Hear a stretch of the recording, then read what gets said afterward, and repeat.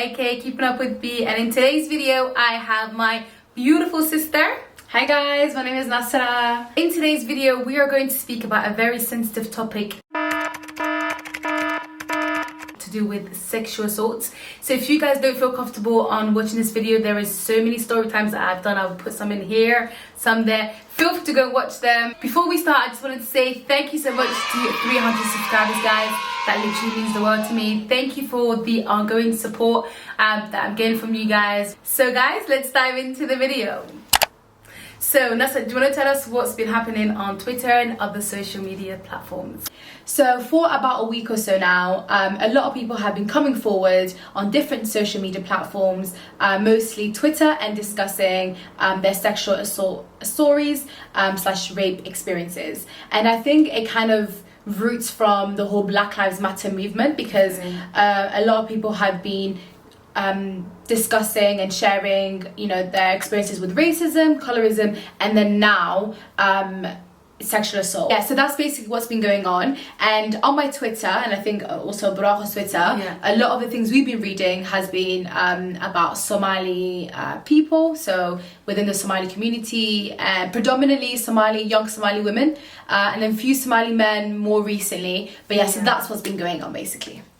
Okay. Do you want to start off by saying what are your thoughts and feelings about some of the stuff you've been reading recently? Okay, so first of all, I just wanted to say, you know what, you guys are brave, wallahi, and we're here with you. All to every single one of you guys, whether you're Somali, whether you're, you know, from any race, what you've been through is definitely not acceptable, and I'm so glad that you guys are coming out there and feel comfortable, you know, to speak about it, because wallahi, there's a lot of, like, I've obviously come across a lot of tweets where some men would be saying that girls are lying and all of this, but like, I don't know how to say, I don't know how to feel. So I completely understand what you mean. Yeah. Reading some of these stories, I was very shocked. I wasn't shocked as to like the fact that people are going through this, because, you know, we always hear about sexual assault, but it's just within the Somali community, it's something that nobody really discusses whatsoever. It's such a taboo, and like there's so much stigma attached to people coming out and speaking about their sexual assault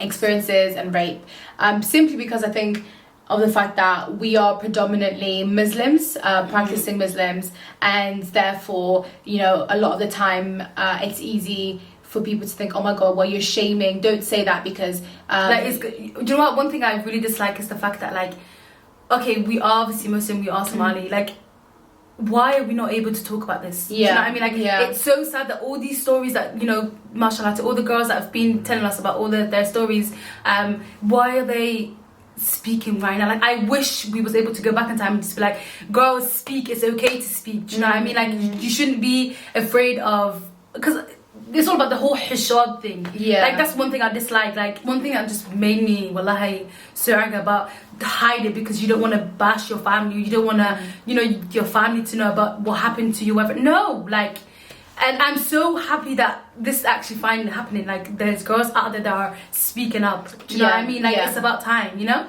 Yeah, like, definitely everyone who has spoken up about their experiences, they are so brave, like, mashallah. Personally, for me, I'd probably find it so hard to speak about anything of the sort, because one thing that I think a lot of people who are talking about this, they would probably be thinking, oh my god, so what if someone doesn't understand me? However, now that we've established that there's so many people who have gone through this, we're able to start, you know, building a platform where people are encouraged to speak on sexual assault and their experiences.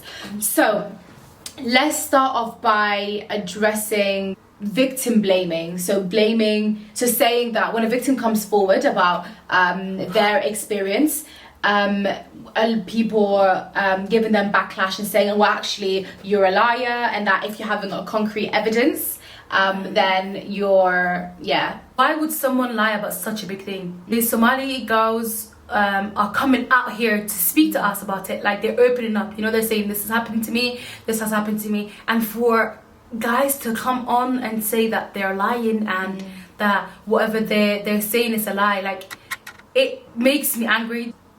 We need to support them, like, in order for them to be, you know, to open up and speak to us about such thing, and then for us to be like, oh yeah, you guys are lying. Like, imagine how they feel. Like, put yourself in their shoe. Yeah, you know, just take a moment and just put yourself in their shoe. Like, wallahi, this could be a sister, this could be your mom, this could be your cousin, this could be anyone. Do you know what I mean? You can't be saying like, yeah, this person lied about the story. Like, I mean, I think it's valid for someone to wanna not question, but actually think, okay, well, there's two sides to every story. That's just, you know, basic. Yeah. And therefore, one person's version, we are humans. We are quite biased in terms of what we say, right?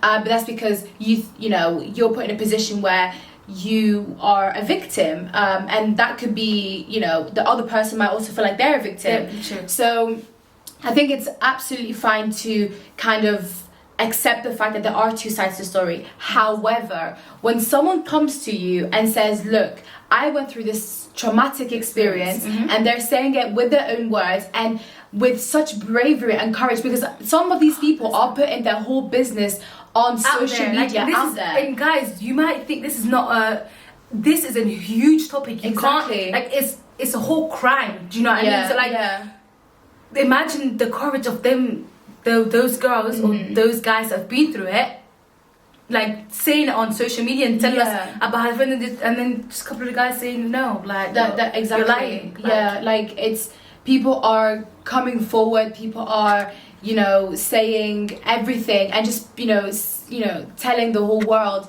which is fantastic, because you know, it puts you basically in a position of trust, and for you to straight away be like, oh well, actually we're not going to listen to what you're saying, we know that it's a load of crap. I think that's disgusting. And even if you think that the person, you know, might not be telling the truth fully, that's fine. However, when someone comes from a place of hurt and they want to seek help, you listen to whatever they say, you comfort them, you say, we are sorry that you've had to experience such thing, we are here for you, we are here to listen to you. Now when you've addressed the issue and acknowledged the fact that there is an issue here, then you can start addressing it and finding solutions, right? And that's on period. So there has been a lot of social media influencers that have been sharing their thoughts and feeling towards this topic. To be honest, there is obviously some of them that I think, well, we both think that whatever they're saying, you know, we appreciate them for what they're telling us and what they think about it. However, I have come across one specific guy. I'm not gonna bash his name because that's not fair, and I'm not here to, you know, say what he's saying, blah, blah, blah. Well, I'm just saying my opinion and how I feel about what he said. He said, okay, so the first thing he said is, if my sister came to me and told me she got raped, I won't do anything until I see proofs. What do you think of that? I think, okay, so say you had a brother and you went to your brother and you said, this has happened to me, blah, blah, blah, and your brother said to you, I'm not going to do anything until I see proof. Why would your blood sister come and tell you such a big story and then for you to say, oh no, I need proof?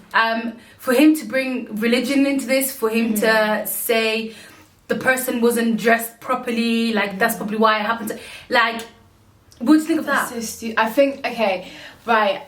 You know what, I'm not gonna lie, I've had like a lot of discussion with people who've been saying, yeah, well, if the girl, because a lot of the people were girls who were coming out and everything, you know, if the victim is wearing certain clothing, then they are putting themselves in that position. First of all, okay, I think that's kind of a flawed statement, simply because rape happens, first of all, it's a global issue. It happens to anyone and a lot of people.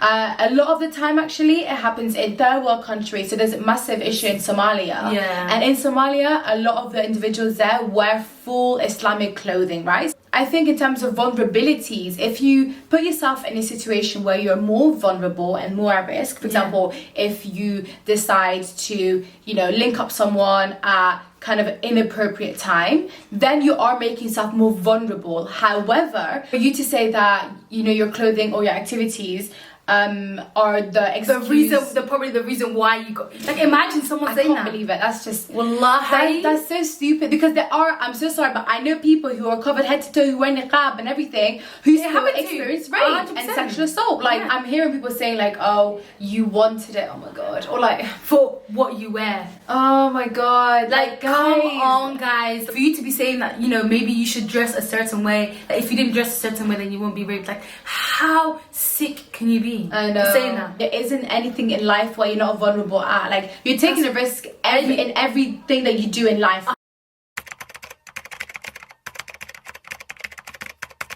In terms of evidence, right, without, you know, going too much into detail, the reason why it's so difficult for victims of rape and sexual assault to come forward with evidence is because, you know, put yourself in their shoes. They've just experienced something really traumatic, life-changing. 100%. The first thing personally, the first thing for me wouldn't be going to the police and reporting it. 100%. Because you have been exploited left, right, and centre. You've literally... Your body is a shock, like... Yeah, it's like trauma. Like, you're going through so many things. Exactly. And like...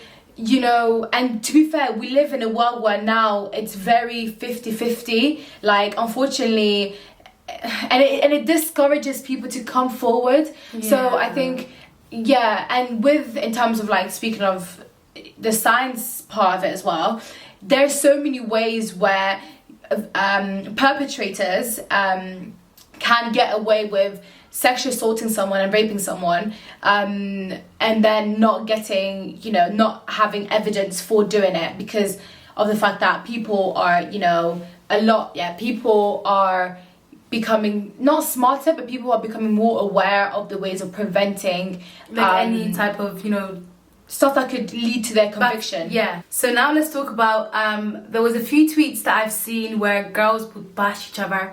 They would instead of talking about the topic, they would, how do I say it? They would argue within themselves. Yeah. Like, so they would say, okay, I'll let you give them the example. So like, talking about the same story, I think. Yeah. So I've read like a few tweets as well, like you said, and a lot of them actually, you're missing the point.